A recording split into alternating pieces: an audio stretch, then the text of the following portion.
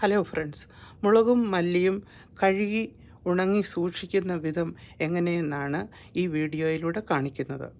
രണ്ടും ഓരോ കിലോ വീതം. വെള്ളത്തിൽ അധികം സമയം ഇട്ടേക്കരുത്.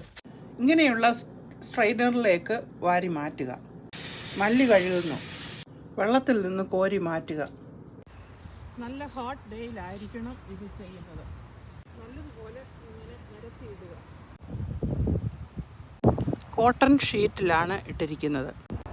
ഇടയ്ക്കിടെ ഇളക്കി കൊടുക്കണം. നല്ല ഹോട്ട് ഡേയിൽ 3 ദിവസം കൊണ്ട് ഉണങ്ങിക്കിട്ടും. ഇത് ജാറുകളിൽ അടച്ച് സൂക്ഷിക്കാവുന്നതാണ്. ആവശ്യമനുസരിച്ച് കുറേശ്ശെ പൊടിച്ച് ഉപയോഗിക്കാവുന്നതാണ്. ഞാൻ ഡ്രൈ റോസ്റ്റ് ചെയ്താണ് പൊടിക്കുന്നത്. മല്ലിയും അങ്ങനെ തന്നെ. റോസ്റ്റ് ചെയ്ത മല്ലിയും മുളകും. പ്യുവർ മല്ലിപ്പൊടി, മുളക് പൊടി.